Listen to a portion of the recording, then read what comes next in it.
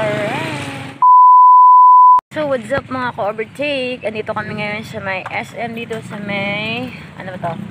Parking lot. Kakatapos na namin kumain sa loob ng SM mga ka-overtake. So, pauwi na sana kami pero tumawag yung co-agent namin. Sabi na sa kanya daw yung salary namin. So, kasi late na eh. Inabot na lang daw sa kanya ng admin. So, pupunta na kami dun mga ka-overtake sa bahay ng co-agent namin sa may Imus, Cavite. Sa may Bayang Pag-asa yata yun or Paligo. So, yun mga ka-overtake. Ang content ng video na to, tatalakayin natin kung magkano yung sinasahod ng mga rider na Globe agent, mga ka-overtake. Syempre, bagong lahat, huwag nyo munang kalimutang mag-comment sa baba, mag-subscribe kayo sa channel ko mga ka-overtake para updated kayo sa mga videos na i-upload natin. Sa mga susunod na vlog mga ka-overtake, isa-shoutout ko kayong lahat. Mag-comment lang kayo sa video sa ito mga ka-overtake. Tara na, simulan na natin bumiyahe. Angkas na tayo kay Rides Pilipinas mga ka-overtake. Angkas na kay Rides Pilipinas mga ka-overtake. Dahil pwede naman ang angkas basta mag-asawa. So ayun mga ka-overtake, kumangkas ako sa motor ni Rides Pilipinas kasi tinatamad ako mag-drive ng motor. Kumangkas ako sa kanya, wala naman kami barrier mga ka-overtake. Na-checkpoint kami kanina doon pero hindi naman totally checkpoint. Tinignan na ng police yung ID namin. Ayun. Same naman kami ng address. Oo. Walang problema. Wala kaming barrier mga ka-overtake. Kita nyo naman diba? Wala kaming barrier. Yung sinasabi nilang kailangan doon ng shield tsaka barrier. Hindi na kailangan yung dito ka-overtake sa Dasma tsaka sa Bacoor tsaka sa Imus. Wala namang naninita sa amin. Hindi na nila yun mga ka-overtake, diba? Ang hirap-hirap kaya nung pinapagawa ng gobyerno sa atin bilang mga mamamayan. Maglalagay tayo ng barrier dito mga ka-overtake. Isipin nyo yun, tapos angkas tayo mga ka-overtake. Pag mahangin, posible tayong malaglag mga ka-overtake. Kaya sa mga nagpapatubad ng batas dyan, kailangan ng barrier tsaka ng shield. No! Dislike ko yan. Kaya mga ka-overtake, isulong natin ang no to barrier, no to shield. So, ay mga ka-overtake, mas safe pa nga na angkas tayo ng asawa natin. Mas safe pa nga na angkas natin yung asawa natin. At mas safe pa pag angkas natin yung kasama natin sa bahay kesa sumakay sa mga transportation katulad ng mga jeep mga ka-overtake. Kaya, buti na lang mga ka-overtake, pinayagan na ni PNP Elizar yung mga angkas nakasama sa bahay. So, isang magandang balita yan mga ka-overtake. Hopefully na tanggalin na rin nila yung panukalang batas nila tungkol sa paglalagay ng shield tsaka ng barrier. Yun lang masasabi ko mga ka-overtake. Basta ingat-ingat na lang din mga ka-overtake. Magdadala kayo ng ID nyo para may proof kayo na magkasama kayo sa loob ng bahay. Okay mga ka-overtake, biyahe na tayo, punta na tayo ng Imus.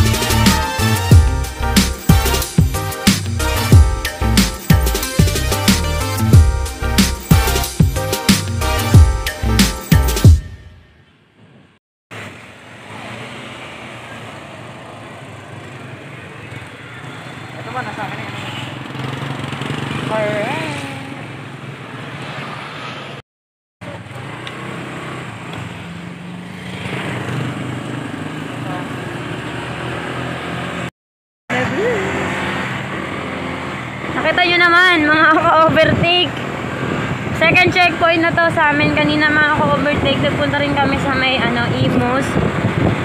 Doon naman ang checkpoint, kagaya ng sinabi ko sa inyo kanina, doon checkpoint kami. Tapos dito, pangalawang checkpoint na. So, meron naman kaming ID sa project. So, may group naman kami na magkasama kami sa bahay at siya ay commando partner ko. Okay. So, ayan mga ka-overtake, malapit na tayo sa bahay na sinasabi ko sa inyo na co-agent namin. So, let's go!